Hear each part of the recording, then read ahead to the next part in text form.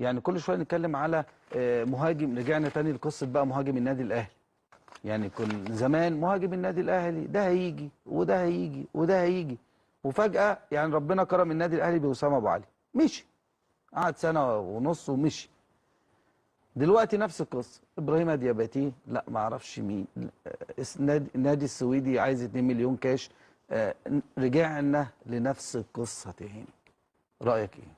بص يا مهيب، للاسف الموضوع دوت بقى دمه تقيل بصراحه. يعني ليه؟ يعني الناس عماله تتكلم على فلان وعلى فلان وعلى فلان، ومفيش مسؤول في النادي الاهلي طلع اتكلم قال احنا مركزين او عايزين او بنقول ما فيش مسؤول بنفاوض. هيطلع يتكلم في الصفقات. حلو قوي. يعني خلينا واضحين، ماشي، ما يعني ما اختلفناش. فيش واحد هيتكلم خالص، ما مش اختلفناش هيعلن الا وانت بتتعاقد. بس كده. يبقى النادي الاهلي ماشي صح ولا غلط؟ ايوه ماشي صح، بس متاخر. احنا مين قال ان بنبحث. هو متاخر؟ لا، الاهلي محتاج مهاجم. ايوه، مين اللي قال انه متاخر؟ ما هو ممكن يكون ده الكلام اهم ده. ملف يا عنده، حبيبي أيوة. مدافع ومهاجم. وسام ابو علي مشي. باك ليفت يا كابتن. ايه؟ وباك ليفت. وباك ليفت. خلي بالك المهاجم ده كان محتاجه من كاس العالم للانديه. ايوه يعني كان خيارات في الصيف افضل يا مهيب. من يناير على فكره. وسام ابو علي مشي امتى؟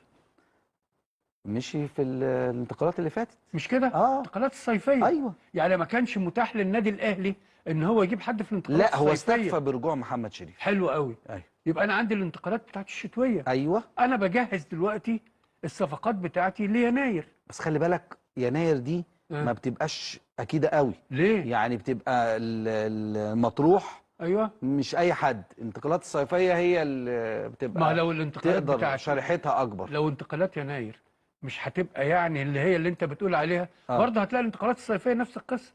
تمام. ليه؟ لان كل برضه نادي بيدور على ان هو يعمل التدعيمات بتاعته في الوقت دوت. فهتخش انت في صراع. لكن في يناير لا، انا شايف انها هتبقى سهله بالنسبه للنادي الاهلي. موضوع ديانج في مفاوضات دلوقتي، وهو كلف وكيله بالتفاوض مع النادي الاهلي، بس مش عارفين يوصلوا الرقم. مش عارفين. لان اللي معروض على ديانج بره اعلى بكتير. انا معاك. اعلى بكتير. خلاص.